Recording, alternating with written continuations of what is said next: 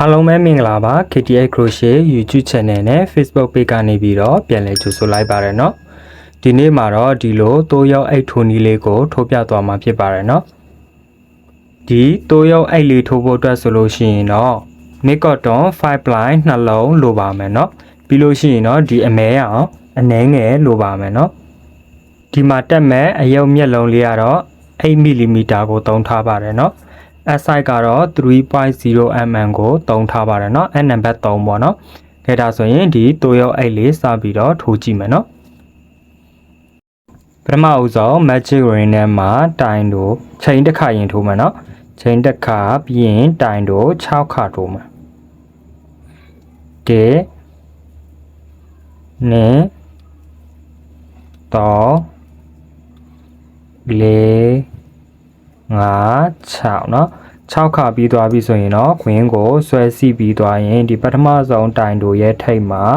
ရှက်ကော်နဲ့ချိန်လိုက်မယ်เนาะပြီးရင်ဒုတိယတန်းတက်ဖို့အတွက်ချိန်တစ်ခါ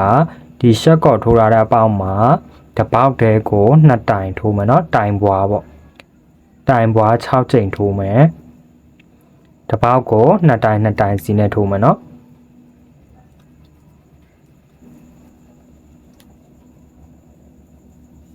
တိုင်ပွား6ချိန်ပြီးသွားရင်ပထမဆုံးတိုင်ရဲ့ထိပ်မှာရှက်ကော့နဲ့ချိန်တရားစစ်ပြီးသွားပြီဆိုရင်ဒီလိုပုံစံမျိုးမျက်လုံးလုပ်ဖို့အတွက်2ခုထိုးပေးရမယ်เนาะဒါမျိုး2ခုထိုးပေးရမယ်เนาะဟုတ်ပြီဒါဆိုရင်ဆက်ကြည့်မယ်เนาะပြီးရင်ချိန်တစ်ခါဒီရှက်ကော့ချိန်ရတဲ့ပေါက်မှာတိုင်တို့တစ်ခါနောက်တစ်ပေါက်မှာတိုင်ပွားဒါကိုတိုင်တို့တစ်ခါနဲ့တိုင်ပွားတစ်ခါတစ်ချိန်လို့ခေါ်မယ်တိုင်တို့တစ်ခါနောက်တစ်ခါမှာနောက်တစ်ပေါက်မှာတိုင်ပွားဒီလိုမျိုးဒါဆိုရင်2ချိန်ရှိပါပြီဒီလိုမျိုးပဲ6ချိန်ပြည့်အောင်ထိုးလာပေးမယ်เนาะ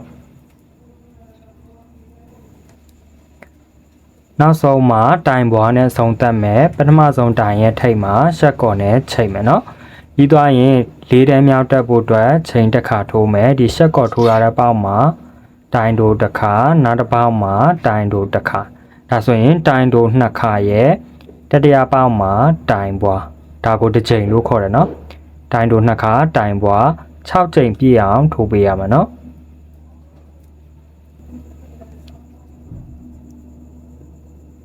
အဆုံးမှာလည်းတိုင်ပွားနဲ့ဆုံးသက်ရမယ်เนาะပြီးရင်ပထမဆုံးတိုင်ရဲ့ထိပ်မှာရှက်ကော်နဲ့ချိန်လိုက်မယ်ဒါဆိုရင်တော့အစစ်၄ပြီးသွားပြီเนาะဒီအစစ်၄ပြီးသွားပြီဆိုလို့ရှိရင်နေရွက်အတွက်ဒီအစစ်၄ထိပေါ့เนาะ2ခုထိုးထားပေးမယ်เนาะဒါဆိုရင်တော့မျက်လုံးအတွက်2ခုရမယ်စင်စွဲရအောင်เนาะနေရွက်အတွက်2ခုအစစ်၄ထိရမယ်เนาะဒါဆိုရင်ဆက်ထိုးမယ်เนาะချိန်တစ်ခါထိုးမယ်ပြီးသွားရင်ဒီရှက်ကော့ထိုးရတဲ့ပေါက်မှာတိုင်တို့တစ်ခါ2ခါ3ခါတိုင်တို့3ခါပြီးရင်တိုင်ပွားအဲ့လိုမျိုးပဲတိုင်တို့3ခါတိုင်ပွား6ချိန်ပြည့်အောင်ထိုးလာပေးမယ်เนาะအဆုံးမှာသူလည်းပဲတိုင်ပွားနဲ့ဆုံးသက်ရမယ်เนาะပြီးပထမဆုံးတိုင်ရဲ့ထိပ်မှာရှက်ကော်နဲ့ချိန်မယ်ဒီအဆင့်5ပြီးသွားပြီဆိုလို့ရှိရင်တော့အမဲအောင်ချီနေပေါ့เนาะအဆင့်5အထိပုံစံတူဒီလိုပုံစံ2ခုထိုးပေးရမယ်เนาะနေရွက်အတွက်ပဲเนาะသူကနေရွက်ကိုဒီလို2ခုထည့်ရမှာဆိုတော့เนาะအဆင့်6ကိုထိုးဖို့အတွက်ချိန်တစ်ခါထိုးမယ်ဒီရှက်ကော်ထိုးရတဲ့ပေါက်မှာတိုင်တို့တစ်ခါနောက်တစ်ပေါက်မှာ2ခါ3ခါ4ခါတိုင်တို့4ခါရဲ့တိုင်ပွားရဲ့เนาะဒီလိုမျိုးပဲ6ချိန်ပြည့်အောင်သူလည်းပဲတစ်ပတ်လည်လုံးထိုးပေးရမယ်เนาะအဆုံးမှာတိုင်ပွားနဲ့ဆုံးပေးရမယ်เนาะပြီးရင်တော့ရှက်ကော်နဲ့ချိန်မယ်ပြီးရင်ချိန်တစ်ခါထိုးမယ်ရှက်ကော်ထိုးရတဲ့ပေါက်ကနေပြန်စမယ်เนาะတိုင်တို့5ခါထိုးမယ်เนาะ2 3 4 5တိုင်တို့5ခါပြီးတာနဲ့နောက်တစ်ပေါက်မှာတိုင်ပွားထိုးပေးရမယ်เนาะတိုင်တို့5ခါတိုင်ပွားတိုင်တို့5ခါတိုင်ပွားနဲ့တစ်ပတ်လည်လုံး6ချိန်ပြည့်အောင်ထိုးလာခဲ့မယ်เนาะအဆုံးမှာရှက်ကော်နဲ့ချိန်မယ်เนาะဒီအစစ်9ထိပြီးသွားပြီဆိုလို့ရှိရင်တော့အမဲအောင်ချီနဲ့နောက်ထပ်တစ်ခုထပ်ထိုးရမယ်เนาะဒါမျိုးတစ်ခုထပ်ထိုးရမယ်เนาะပြီးသွားပြီဆိုရင်တော့ချိန်3ခါထိုးမယ်1 2 3ဒီတစ်ခါမှာကြတော့လေ BLO ပုံစံမဲ့ထိုးမယ်เนาะဒီဖောက်မီ2ခုရှိတဲ့ဒီအနောက်ချမ်းကိုပဲထိုးမယ်เนาะအဲ့မှာတစ်ခါရစ်မယ် ပြီးသွားပြီဆိုရင်ဒီရှက်ကော့ချိတ်ထားတဲ့ပေါက်မှာပဲတိုင်ရှည်တစ်တိုင်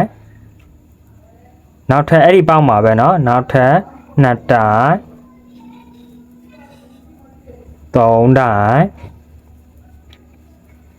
လေးတိုင်ငါးတိုင်တစ်ပေါက်တည်းကိုတိုင်ရှည်9တိုင်ထိုးပေးမယ်เนาะထိုးပြီးသွားပြီဆိုရင်အက်ကိုဖြုတ်လိုက်မယ်ဒီပထမဆုံးတိုင်ရဲ့ထိတ်တဲ့ပေါ်ကဒီ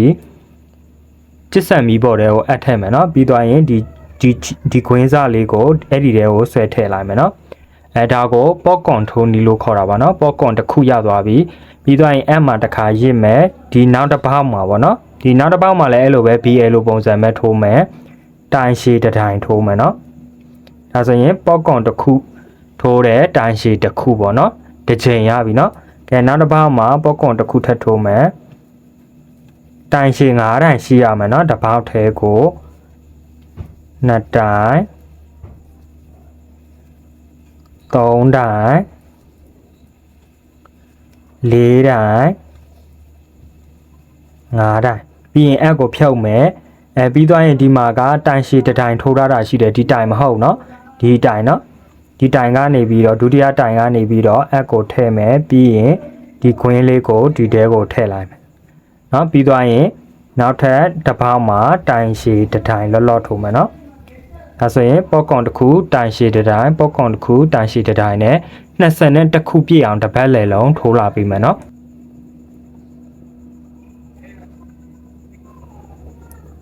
အဆုံးမှာတော့တိုင်ရှည်တစ်တိုင်နဲ့အဆုံးသတ်သွားမယ်เนาะပြီးသွားရင်တော့ဒီထိတ်ဆုံးမှာเนาะဒီပေါ့ကွန်ရဲ့ထိတ်မှာရှက်ကော်လေးနဲ့ချိတ်လိုက်ရှက်ကော်နဲ့ချိတ်ပြီးသွားပြီဆိုရင်တော့ချိန်3ခါ1 2 3ပြီးရင်ဒီရှက်ကော်ချိတ်ရတဲ့ပေါက်မှာပထမဆုံးဒီမှာတော့တိုင်ရှည်တစ်တိုင်နဲ့စလိုက်မယ်เนาะတိုင်ရှည်တစ်တိုင်နဲ့စမယ်ပြီးသွားရင်ဒီဘက်เนาะဒီနှစ်ခုပေါ့ကွန်နှစ်ခုရဲ့အလယ်မှာပေါ့ကွန်တစ်ခုလောက်မယ်เนาะ1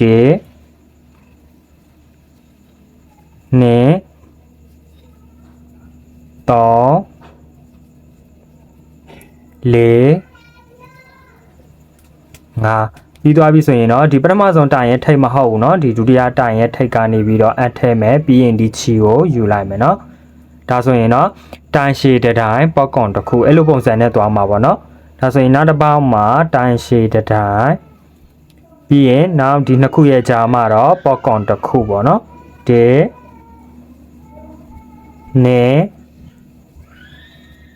2 3 4 ငါ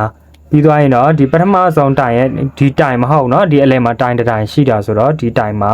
အက်ကိုထည့်ပြီးရင်ဒီချီကိုယူမယ်เนาะဒါဆိုဒီလိုပုံစံတိုင်းပဲဒီတစ်ပတ်လည်လုံးထိုးပေးရမှာပေါ့เนาะဒါဆိုရင်သူကဒီပေါ့ကွန်နှစ်ခုရဲ့ကြားမှာတစ်ခုပေါ့เนาะဒီဟာကတော့အစစ်ရှစ်ဒါကအစစ်ကိုအဲ့လိုမျိုးပဲနောက်ထပ်အစစ်ရှစ်ကိုရှစ်ကိုတိုင်းပဲဒါမျိုး10တန်းပြည့်အောင်ထိုးလာခဲ့မယ်เนาะဒါဆိုရင်တော့ပေါ့ကွန်လေးတွေဒီ8နဲ့ပဲထိုးလာခဲ့တာဆိုရင်ဒီထိဆိုရင်10ခုပေါ့နော်10ခုရပြီဆိုလို့ရှိရင်တော့ခြိဖြတ်လိုက်ပါမယ်နော်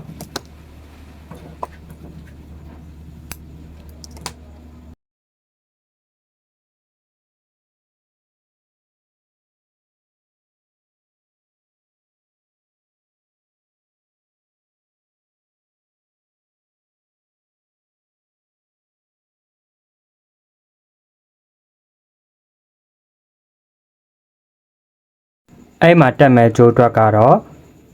ချိန်100လောက်ထိုးမယ်နော်1 2 3 4ချိန်100မှမဟုတ်ဘူးเนาะကြိုက်တဲ့လောက်ထိုးလို့ရတယ်ကိုလိုချင်တဲ့လောက်ရှည်ရရင်ရက်လိုက်မယ်เนาะဒါဆိုရင်ဒီလိုမျိုးကြိုးနှစ်ချောင်းရပြီပေါ့เนาะဒီကြိုးနှစ်ချောင်းကိုဒီအိတ်မှာတက်မယ်เนาะ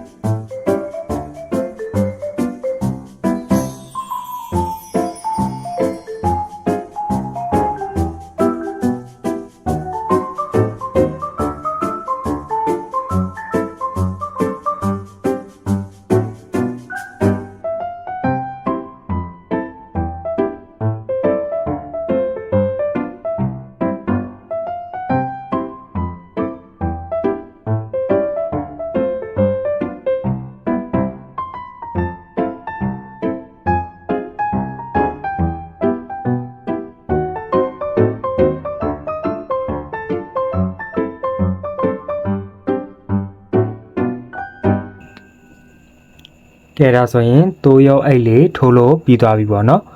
အားလုံးလည်းထိုးရတာအဆင်ပြေမယ်လို့မျှော်လင့်ပါတယ်နော်နောက်ဗီဒီယိုမှာပြန်ပြီးတော့တွေ့ပါမယ်နော်